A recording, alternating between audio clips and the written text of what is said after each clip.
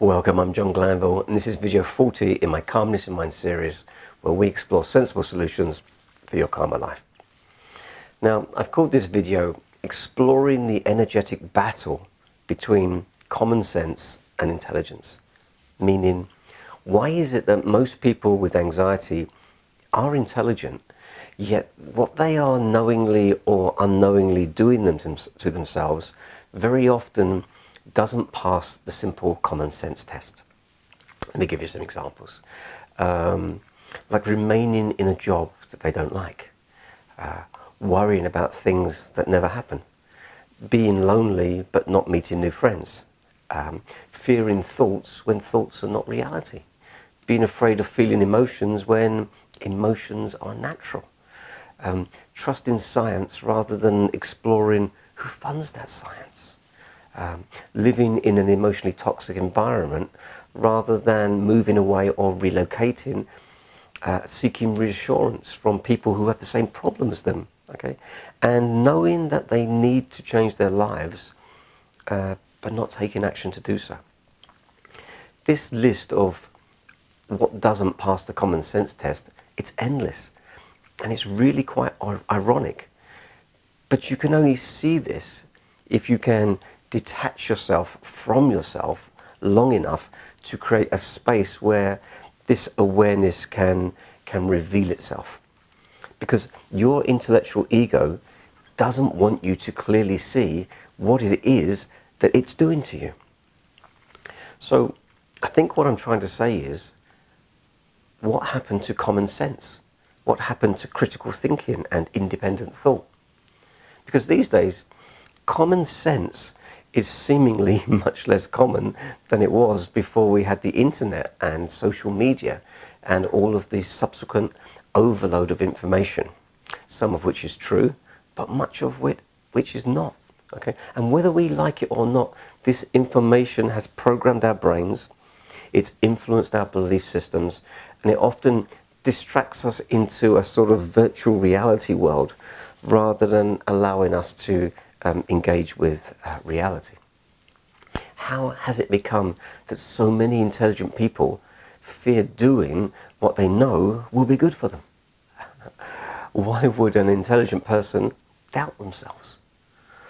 Why would an intelligent person talk themselves out of taking action rather than talking themselves into taking action? Why would an intelligent person care what other people thought of them? Why would an intelligent person have a huge resistance to change? Why would an intelligent person be afraid to ask for what they want?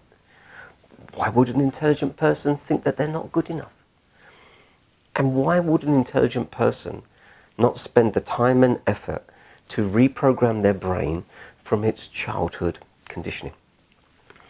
Can you see how easily intelligence can be sort of flipped over and observed from a completely different perspective? So I think it's through the practical rather than theoretical use of intelligence that we are more likely to find calmness. And I'm going to refer to this practical intelligence during this video as common sense. Now, as I mentioned in video 28, as unbelievable as it may seem, state schools were introduced to create good little workers who all think similarly, have similar belief systems, believe in a standard view of silence, and consent to authority figures. That way, they would be of value to employers following the Industrial Revolution and the mass migration from farming to clerical, manufacturing, healthcare, and service industry work. And ultimately, they became the consumers of the very products that they were producing. Well, that happened 200 years ago, and it's still happening today on a massively coordinated scale. Now, back when I had my anxiety, I'd have said, don't be silly, we have an absolutely wonderful education system. But I just see things differently now. If we apply some common sense thinking, I wasn't taught in school on how to make decisions, how to challenge authority. I wasn't taught how to have self-esteem or courage. I wasn't taught how to grow food, start a company, handle money, and many other quite basic common sense skills. Okay. And people keep saying to me that my work is so common sense that it should be taught in schools. But as we know, it isn't. And therefore, perhaps we need to undo some of our old school education, academic-based conditioning of what intelligence may be to create some space for a more practical or common sense form of intelligence. Now, if I could go back in time, I would definitely homeschool my children. That way I would be able to manage what they learned and how they learnt it, and it would include practical as well as academic education. And a big focus would be on emotional intelligence, which we might define as the ability to understand and manage our own emotions and behaviors, as well as recognizing and influencing the emotions and behaviors of those around us. So what I'd like to do in this video is explore the cognitive dissonance between knowing that you're intelligent and yet acting in ways that are seemingly childish or self-sabotaging, which of course is how anxiety and depression seem to operate. Ask yourself what story you tell yourself about your intelligence. How can I explain that? Does your academic intelligence define you? Do you know you're clever but lack educational certification to prove it?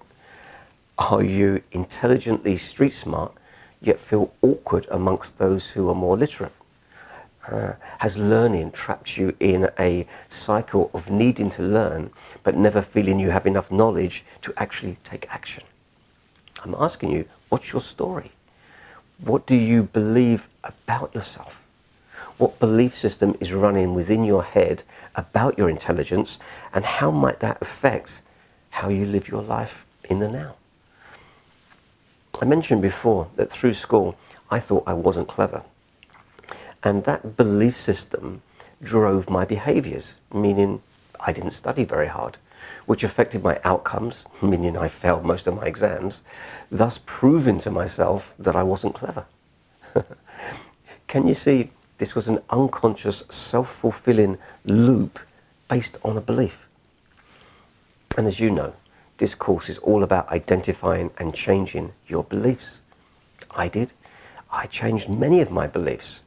I now believe that I'm clever, and as such, I now love learning, even in topics that I've never heard of before, completely new things to me. And once a belief system changes, it often cascades through other belief systems too. Let me try and give you an example. Because back then I didn't think I was clever, I would keep many of my ideas to myself and only take action if I could favorably control the outcome so that I wouldn't look stupid. But now, because I like to learn, and because I like to learn new things, I know that as I learn something new, I will be a novice. And therefore, it's likely that I will fail or look stupid. But that is just part of the journey of expanding my value to myself and to the world. It's so strange to reflect back and remember the crippling self-consciousness and anxiety that I used to have. Okay? The painful fear of looking stupid or embarrassing myself. But these days, this is just a sort of tiny little niggle in the background. And that is the power of exposure therapy, of ERP, of leaning into the fear, of staying out of the stories of the intellect and accepting any discomfort in the body without adding any further stories. The point I'm trying to make is, when I was young, I would hold all my emotions in. I would push them all down. And then I would try to avoid any people, places, or situations that might trigger and discharge all that fear, anger, anxiety, frustration, or God knows what else. And back then, I'd use my intelligence to justify all my ridiculous and avoidant behaviors with logic, reason, facts, figures, and regulations, and by trying to be a nice person so people would like and accept me. Whilst at the same time feeling like I was a complete imposter who at any moment could have the rug pulled from beneath my feet. It was scary and it was exhausting. But I can tell you what I did learn. And what I learned was, you can't think your way out of anxiety or OCD. They are conditions caused by thinking and worrying too much, which spin off into controlling behaviors of people, places, rules and boundaries to give you the perceived feeling of security, which will keep the lid on all that bottled up negative energy. Therefore, if we're going to think less, we need some new tools. And I would like to offer the concept that we might move slightly away from intelligence towards thinking in terms of common sense and energy. Now, some common sense intelligence only becomes common sense once you've experienced it in a new way, which then enables you to rise above the old stories that you might be telling yourself. It's probably best if I give you an example for this. I remember working with a student who was under intense pressure from his parents, his Indian parents, to do well at university. And they had always told him that exam results were key to getting a good job and hence living a successful life. And that his life should be dedicated to studying until he left university with the absolute best grades that he could possibly achieve. Now, I'm not knocking that advice. It's quite intelligent. But common sense intelligence says to me, what about learning social skills? Camaraderie through sports, okay? Learning to be comfortable with people of the opposite sex. Okay? What about learning other critical thinking modalities? And what about other life knowledges like cooking and dancing? How could his life experiences have been more balanced? As I said in my last video, more and more employers are looking for competency-based skills over the ability to just pass exams. Things like confidence, communication skills, problem-solving abilities, and the ability to calmly manage stress, change, conflict, and the other things that are normal in life. Anyhow, at that time he was in his second year of university, and he'd been battling with this exam anxiety since he was about 14. At the time, his solution was just to revise, just to lock himself in his bedroom and work harder, just battle through it. But finally, his exhaustion triggered his little 8-year-old to step in with a combination of IBS, irritable bowel syndrome, and perceived bladder weakness. It started with him urgently needing to urinate if he felt stressed in a lecture or in an exam. And initially he'd negotiated a special exemption so he could sit near the exit of a classroom so he could leave the room unimpeded should he need to. However, this created an intense fear of him wetting himself when he's amongst his peers, and obviously he feared the subsequent embarrassment that this may cause if it happened.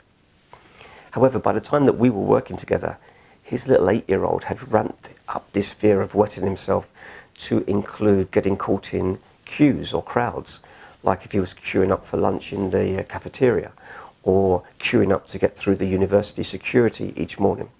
So these situations had become very anxiety-inducing and therefore, according to him, to be avoided if at all possible. Now, he attended university daily from home instead of living on the campus, as his parents didn't want him to have too many distractions from his study. And the final straw had came when, as he was approaching university by bus, if he could see long queues for entry into the universities, his thoughts of getting caught in those queues and not being able to get to a toilet on time would throw his anxiety into a complete panic attack. So much so that he would often remain on the bus and go back home as the anxiety and the fear were just too overwhelming in that moment. Now, his cover story, which I talk about in video 14, was to tell his parents that he had a stomach ache, and he even attended the doctor and even had hospital tests to explore on something. There was a fake cover story to appease his parents rather than telling them the truth that he thought he might wet himself. Now, when we started working together, I asked him if he knew that this need to urinate under stress conditions and its counterpart, IBS, were very, very common in people who were shy and of an anxious nature, or responded poorly to stressful situations. And he said to me, I don't believe you. And when I said to him, why don't you believe me? He said that he'd never heard people talking about it. And my common sense, mind sprang into action. And I said, well, have you ever told any of your friends or your peers about this? And he said, no. He said he hadn't even told his parents because he was so embarrassed. So I asked him if he'd ever actually been caught out and wet himself in public. And he said, no, he hadn't. So I said, so there's no evidence to support your fears, just a feeling that it might happen and the intrusive thoughts that erode in his mind of the consequences of what might happen if it did happen. So I went on to describe what was happening to him. I explained that in some people, the excess release of adrenaline from worrying too much finds its way to the bladder, thus causing it to contract, to shrink, and therefore making a half-full bladder instantly feel full, thus causing the individual to feel that they urgently need to go and urinate, when in fact it was just a trick of biology driven through the sympathetic nervous system's response to stress and the person's degree of emotional exhaustion. And that as the adrenaline burns off, the bladder returns to its normal capacity and the emergency need to urinate dissipates. And he looked at me in a shocked way and he said, so you're saying I'm doing this to myself by fearfully worrying too much? And I said, yes. And he said to me, but that's too simple. And I said, I know. And that rather than fearing what might happen and catastrophizing about all these negative outcomes, he had to learn how to remain calm by tricking his body, fearing less, and allowing his emotional battery to recharge. You know this story. I've told it 100 times. He then said, okay, even if what you say is true, how can I get over my immediate need to be in university now, as I don't have time to do all the work that you're suggesting? Now, I'm not laughing at him because his intelligent mind was jumping to a quick fix, which at one level makes sense, okay? But from a common sense perspective, it's just kicking the problem down the road rather than addressing it right now. I said to him, if you want a quick fix, then intense exposure and response prevention, ERP, would be the fastest approach to lean into the fear with a new mindset and a different set of behaviors. And I suggested that because he'd never actually wet himself, it was unlikely that he would, so he needed to stand in more queues to prove to himself that he would be okay. And he said to me, there is no way I can do that. And I said, well, you could if you wore an incontinence diaper, like the ones people use in hospital or in retirement homes. I said, that would be a common sense solution. Nobody would know that you had one on, and should you have an accident, you'd be safe and dry. This way, there is nothing to fear. It will just be a little awkward as you try new things. And he said to me, that is not common sense. That's disgusting. I won't wear a diaper. I said to him, well, that's an interesting belief system. You'd rather not go to university, you'd rather jeopardize your education and live in fear and regret rather than take a positive action for yourself based on a story about disgust. And I said to him, your urine is touching the inside of your body, so why is it not okay to touch the outside as long as it's contained in some disposable diaper, which hundreds of thousands of adults use daily, and which you wore as a baby, and it wasn't disgusting then? Can you see the battle between common sense and intelligence? I said to him, buy a packet of these diapers, put one on, stand in the shower, and see if you can urinate to see what happens, to see how secure they are, test them out, okay? Then test it out in university in these queues. Nobody will know, and you'll be safe to stand in these queues no matter what happens to you. You will be starving your anxiety of the primary strategy it uses to make you stay at home, and then you can watch as it will have to switch to another way of sabotaging you, and then you can see how anxiety works. I said it would only take 2 or 3 days of this ERP of standing in queues, you standing in lines, for you to see that you'll be fine. Therefore, the worry will abate, and this is how ERP works. So I set that as his homework. But I could see from his face that there was no way this would happen. He was intelligent, but he was also naive and childish in his outlook. So the following week, I asked if he'd done it, and he said no, and that it was too embarrassing. Plus, it was too awkward to even buy the diapers in a shop or even online, as when they were delivered, his parents might see them. He then said, but I have had a big realization this week. And he said, it's come to my attention that what's really making me super anxious is that I have a 6-week work placement coming up in 3 months' time. And I don't know where it will be. And I may have to live away from home. And I don't know what I'll be doing. And this is terrifying me because I'm so shy and because I'm so self-conscious. And I said to him, well done. That's a huge realization.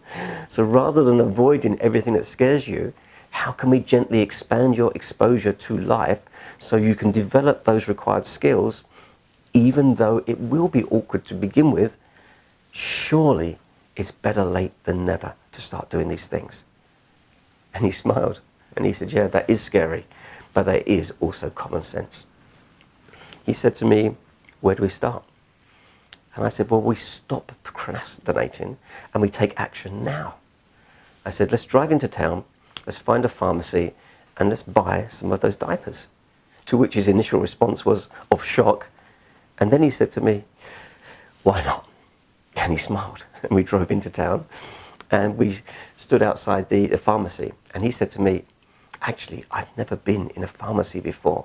And this feels super weird and super embarrassing. And he wasn't sure that he could actually do it. So I said to him, well, come in with me. I'll buy them, but you just stand next to me, okay?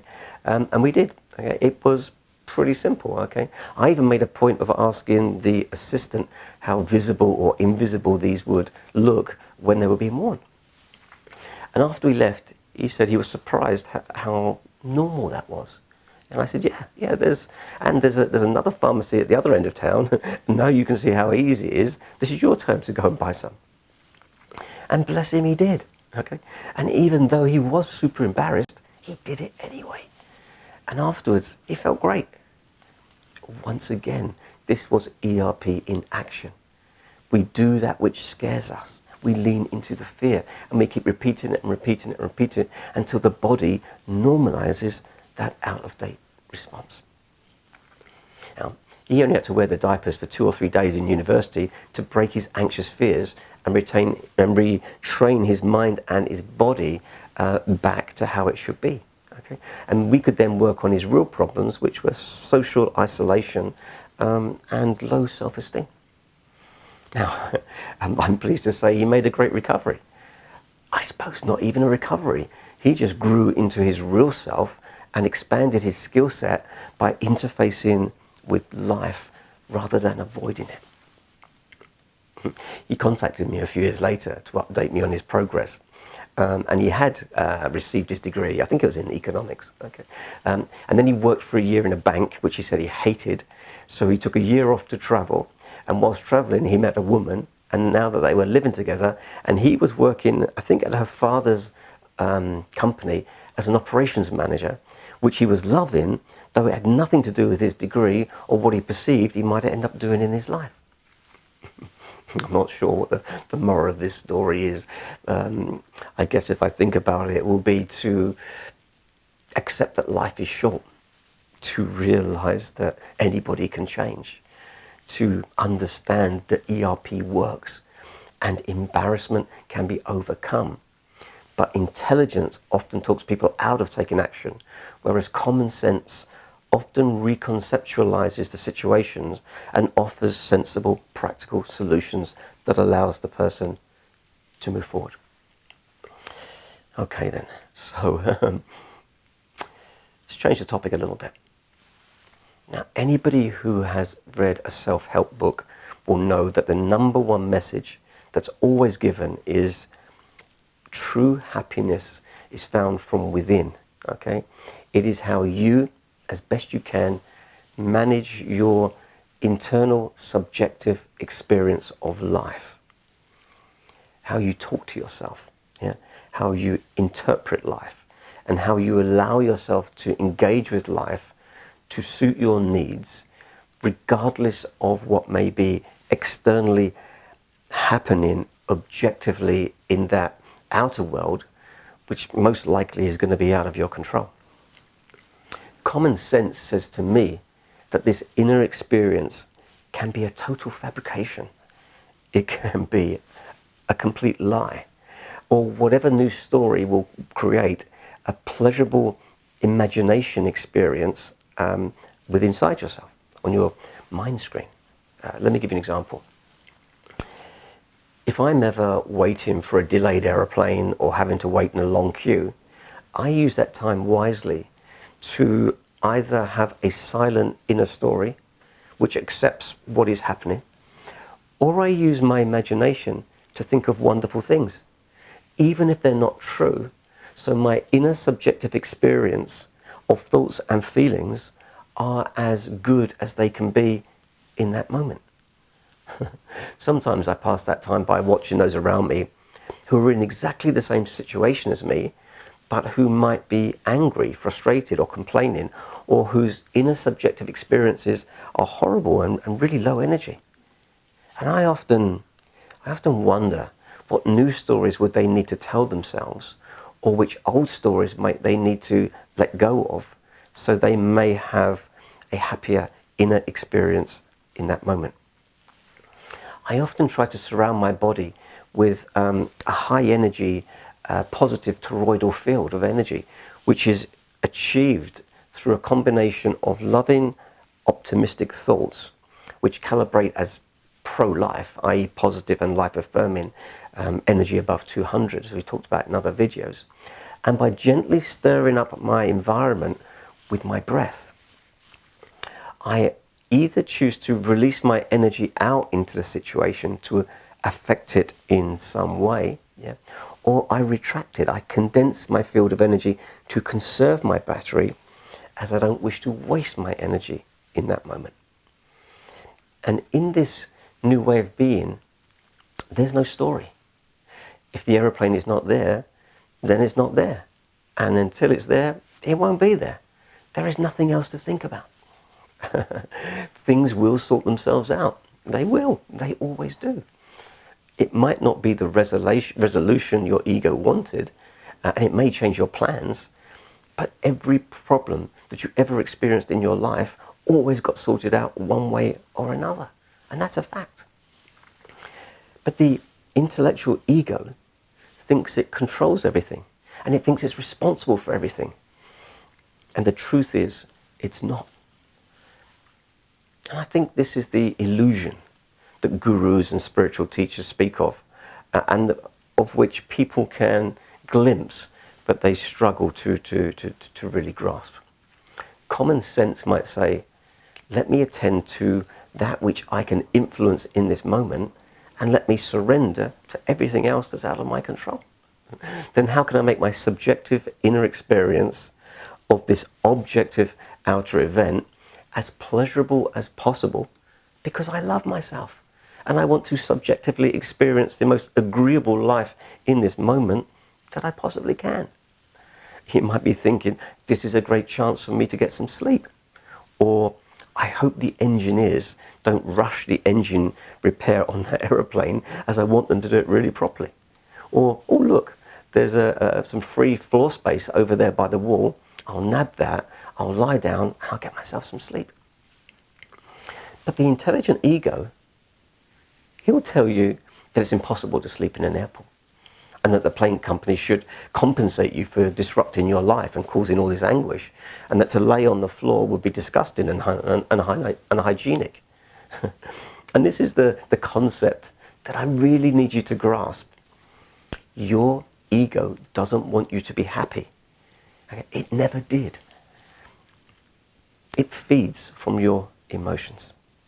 It wants you to be either winning and getting so you feel good, therefore that your ego can feed from those emotions, or it wants you to be losing, feeling guilt, shame or unfairness and doing drama so it can feed off of those emotions as well. Your intelligent ego is an energy-based parasitic leech feeding from all of your emotions, both good and bad, whilst cleverly masquerading as your own feeling of you. It's a very clever trick that it's playing on you. The intelligent ego is the self with the little s. Okay? It is of the energetic aspect of the body, not the soul, which is the self with the big S, the formless, detached, dissociated observer. I hope this is making sense. It took me years to comprehend this within myself. Okay, let me see if I can expand this perspective even further. But remember, I'm not saying this is the absolute truth. This is my interpretation of my own experiences. So if we jump back to my story of expanding or contracting my toroidal energy field to suit my needs in any moment, you have to remember that this field is invisible, okay? But it does interact and affect everything around us, because everything around us is made of energy, and we are made of energy. Everything is energy. But the intelligent ego doesn't think in terms of energy. It uses logic, reason, and stories, and all the belief systems that it was programmed with. Modern day theoretical astrophysics speculate that there's enough energy in something called the 0-point field, which actually is their fancy term for space, okay, that if we had the right technology to facilitate it, we could pull enough energy from just 1 cubic meter of space to boil all the oceans on Earth. And they've done the maths to prove it. Now, our intelligent ego might say, well, that doesn't sound feasible, or surely that's not possible, or how can you prove this to me? Or what does it even matter to think that way if we don't have the technology to access this energy?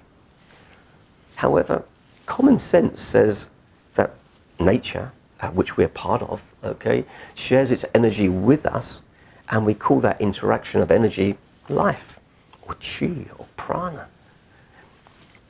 Common sense might say, just because we can't see or measure it doesn't mean it's not there, okay? It's just that our science hasn't figured out how to do it yet.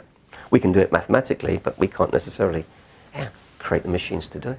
Or maybe we have created the machines to do it, but they've been hidden away. Who knows? Common sense might say that surely by increasing the speed and the depth and the volume of our breath, we would be increasing the movement, the agitation, and the transfer of energy externally from the 0-point field space to our body in at least 3 different ways. Firstly, by bringing more oxygen into our lungs, thus re-energizing or recharging our cellular body. And secondly, surely via the motion of a deep inhale and a long exhale, this atomic toroidal field around us will increase in energy and size, and thus further influencing the environment and affecting all the energetic bodies within it. And thirdly, could it be that by raising our overall frequency, our resonance, our vibration by all this energy, okay, makes it unsuitable for our trapped trauma or our parasitic energy forms feeding from us, as they can't handle those higher, more loving frequencies, and therefore need to leave our field to find other lower density hosts that they can feed from. Can you see how something as common sense as the breath of life is not even considered by the intelligent ego? So I think it's very common sense to learn how to expand your view of life to include energy. It's hard initially, as we were never taught in school to think in terms of our energy. And our primary 5 senses are not overly tuned into those invisible energy fields. But it is possible to develop those skills and to unearth other senses that we have that we're just not used to using. Now, another barrier to common sense is that when the intelligent ego first hears that this is possible, it sounds almost unbelievable. It sounds almost crazy and woo-woo.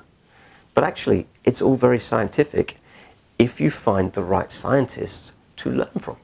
It's just not the science, the classical Newtonian science that we were taught, or our intelligent ego was taught or programmed with in school and university. And I think finally, it's hard to comprehend common sense because all our lives we've been programmed to believe that we will be happy when we pass the exam, or when we get the job, or when we get married, or if we get a house, or when we have children, or if we can buy that car, you know, blah, blah, blah, blah, blah, you know. All these continuous marketing stories that we're bombarded with and the belief systems that we're unknowingly driven by. But calmness, stillness, and happiness, they're an inside job, which becomes easier as our level of consciousness rises by stepping away from doing drama, by switching to higher energy thought processes, by releasing these trapped traumas, and just by using a bit more common sense. I hope this is making sense. Okay, let's see if we can dive down even deeper. And I would like to share another common sense theory of mine that nobody seems to talk about. As I mentioned previously, we liberate ourselves from energetic parasites by raising our frequency, thus starving them and causing them to leave. Potential energy escaping as kinetic energy up and out of us in a rush of energy that feels like anxiety or a panic attack or a fit of rage or anger, but it's actually a wonderful thing. Scary, yes, but ultimately liberating. Now, this discharging of your atomic energy battery raises your energy, and because those parasitic energies no longer feeding from you, and because you are venting all this trapped trauma and not having to expend energy to hold it all down, you'll suddenly have more energy available to you each day to start doing all the things that you need to do. But you have to realize you start this journey from the positionality of not having that energy. So although you don't feel like doing it, you've got to step out and start this cycle moving. Now, I know I sound a bit like a broken record, but it is all about energy.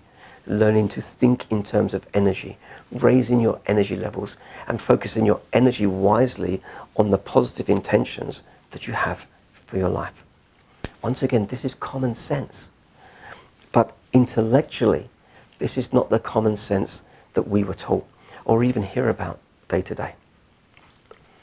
Now, as we facilitate and allow for the escape of trapped trauma and repressed anger from our bodies, or the toroidal energy field around our body, or as someone like Eckhart Tolle labels it, our pain body, a very big obstacle arises.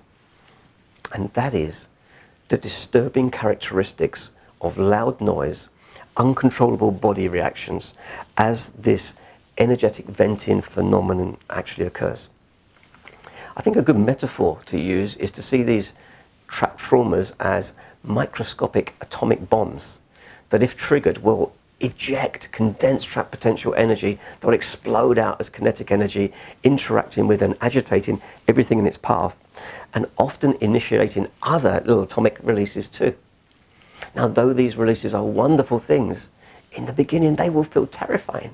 And you might feel that you need to scream or thrash around, but know that with repetition, they become manageable. Once again, this is ERP in action. It's not comfortable, but it is manageable.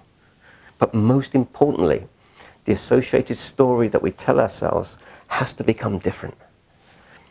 So rather than, oh no, I'm about to have a panic attack, you know, how can I stop this? Which is the self with the small s, is his response, okay?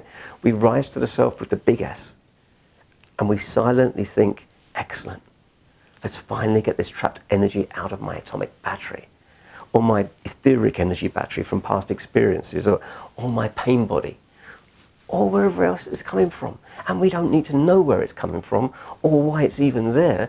We just don't want it any longer driving us, and we no longer want to be at its fearful influence because it's just so exhausting.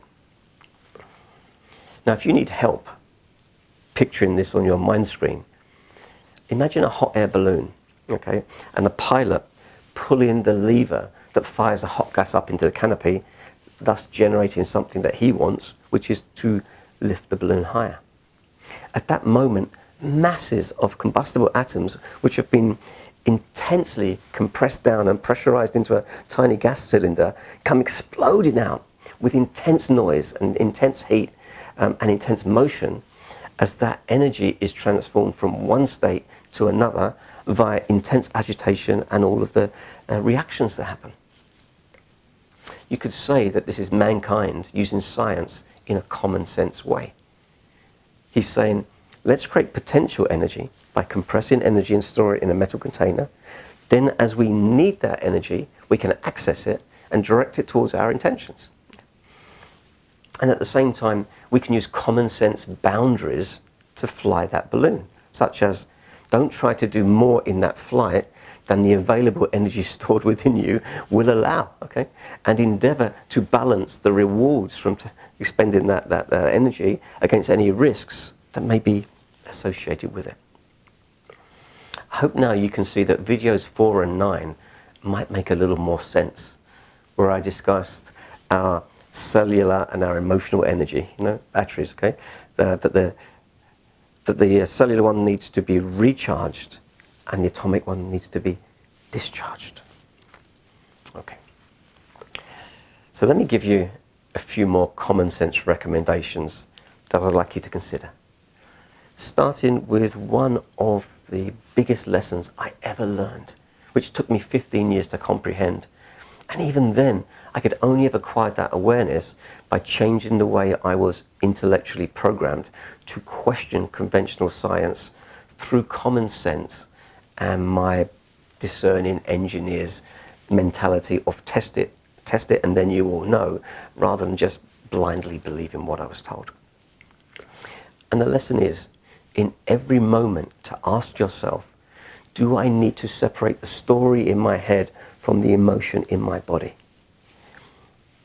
How can I let the emotions or energy escape whilst giving them no meaning and not trying to avoid them?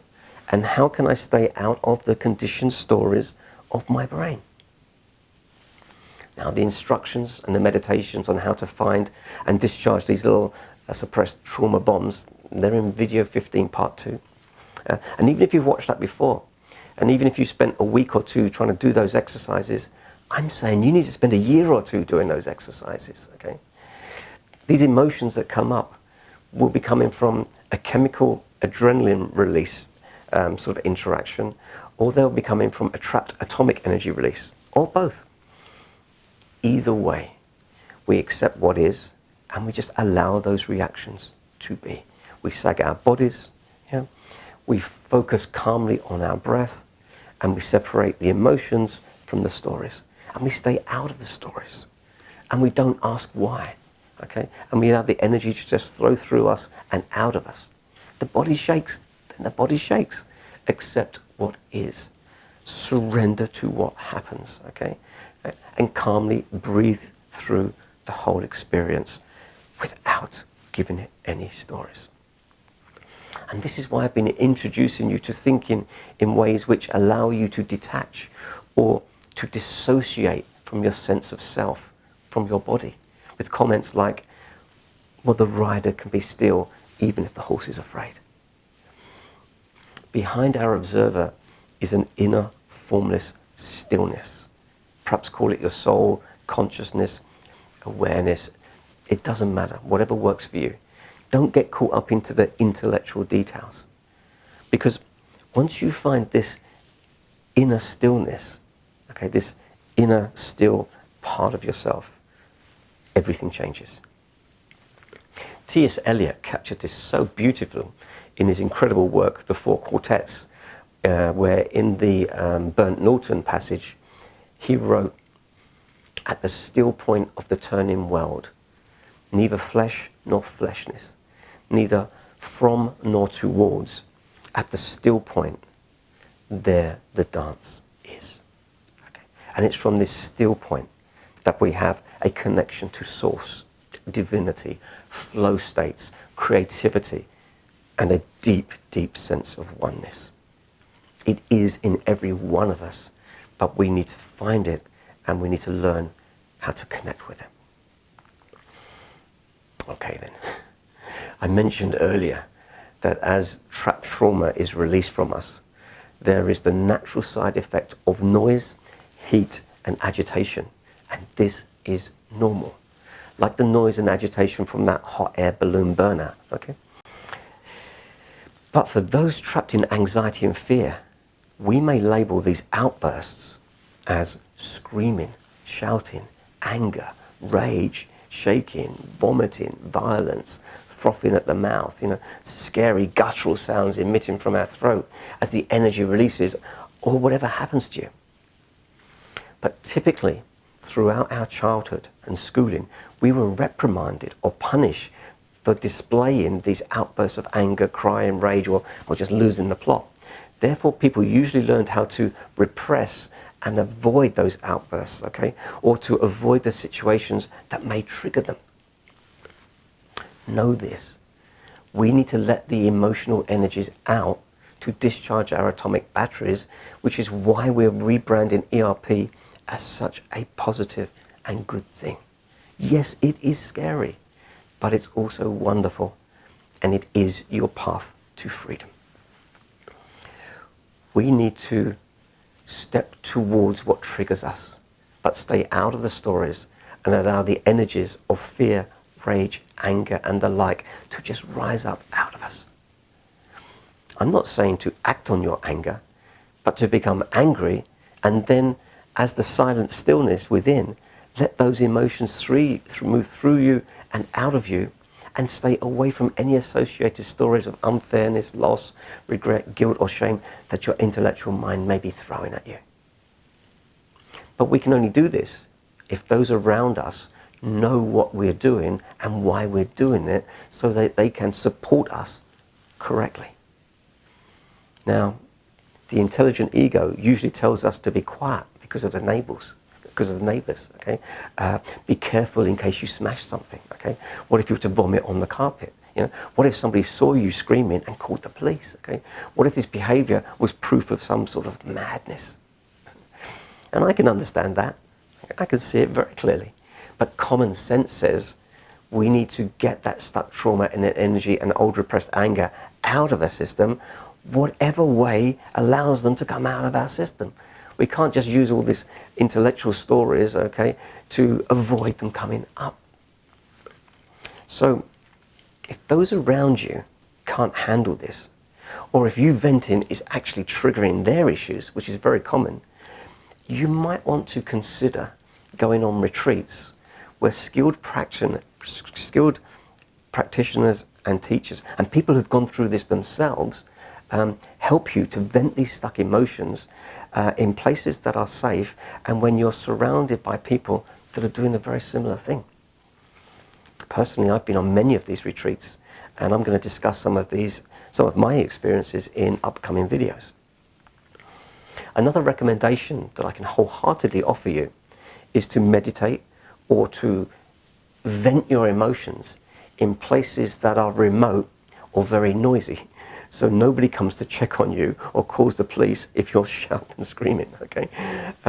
My absolute favorite are walking in places that are desolate, yet where there's lots of noise, like a remote beach on a very windy day, okay? Or standing at the end of a harbour wall where the sea pounds against the concrete structures. There's not many people there, and it's really, really noisy. So you can kind of do what you like. In addition, these places are typically very high energy because nature is in so much agitation and so much motion, and these high energy environments really help shift these low energy traumas out of the body and out of the energy fields. And what you'll find is that once the initial big ones escape, it becomes easier and easier to just relax into the discomfort of this energy escaping from you by just softening and sagging your body and just surrendering to what is. These days, I can have huge energy releases in the background and nobody would even know that I was doing it. Such is the degree that ERP can normalize almost anything. And at this level, life is not overwhelming, as you don't have to avoid any emotions and you don't have to avoid any potential discomfort, as you've learned how to not even see it as a problem, to handle it and just to recognize it. It's part of nature. The more energy I want from nature, the more it's going to affect me. And the more I get from nature, the more anything stuck inside me is going to come out. Okay, lots of things to consider.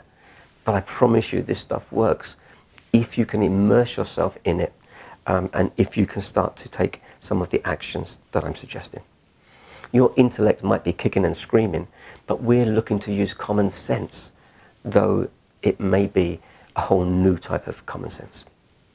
Now, there are still a lot more concepts on this subject that I need to share with you, so I will be expanding on them in the next video, along with sharing some of my experiences so you have a frame of reference to use. You might need to watch this video a few times and really let it sink in, and you might want to share it with those who are close with you, okay, so that they can see how they may be able to help you in new ways. Or it could be that you've got to go out and find these noisy places and just get this stuff out for yourself. As I mentioned earlier, videos related to this topic are 4, 9, 12, both of the 15s, 27, 25, 37, and 38. Okay, thanks for all your continued support. Let's orientate towards common sense perspectives, and I wish you well venting all of these traumas out of your body. Look after yourselves. Thanks a lot.